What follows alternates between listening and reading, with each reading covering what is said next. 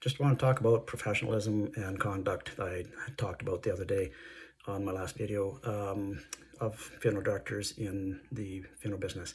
Many funeral home owners in small towns, a lot of them ended up being alcoholics because they're burying their friends and stuff like that. And so that's where their personal life became in effect to the funeral home.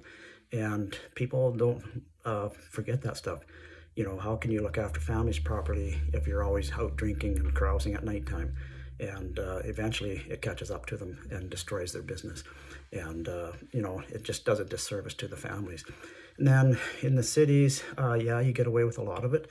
And, because there's so many people and you don't know them personally. And so I've worked with where secretaries would smoke a joint before coming in at work o'clock, 8 o'clock in the morning. Other ones, the last place, she would carry marijuana gummies, THC, in her purse, whether she was on a funeral or not. And that's, in making arrangements, she's laughing and giggling all the time. And, everybody thought, like the staff thought she was pretty funny. It's because she was stoned, and, so the thing is, there's other things too that go on. Phony funeral directors.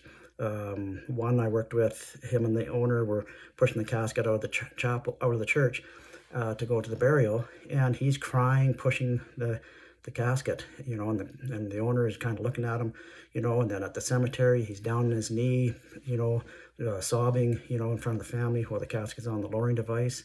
And then, the other one is she would go in to make arrangements with the family, stand there bawling with them and sobbing, through the arrangements. And they would, look how respectful she is and how caring she is. That was fake, man. And there's so much of that, another one where I worked in Medicine Hat, he's in the chapel crying with the family. You're supposed to be there for support. You are there to guide them and, to be the rock for them to lean on, and you get them through this. You want to cry after? That's fine, but not during arrangements or during a service, it's just not professional.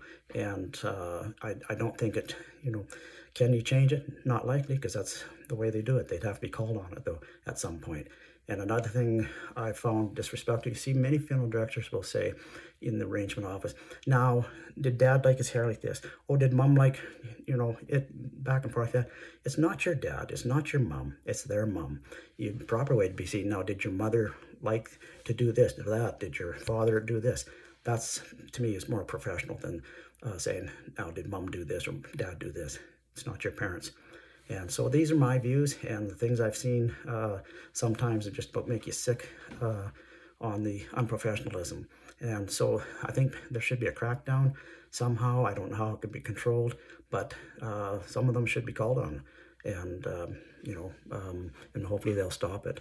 And so give me a like, subscribe and share. Thank you.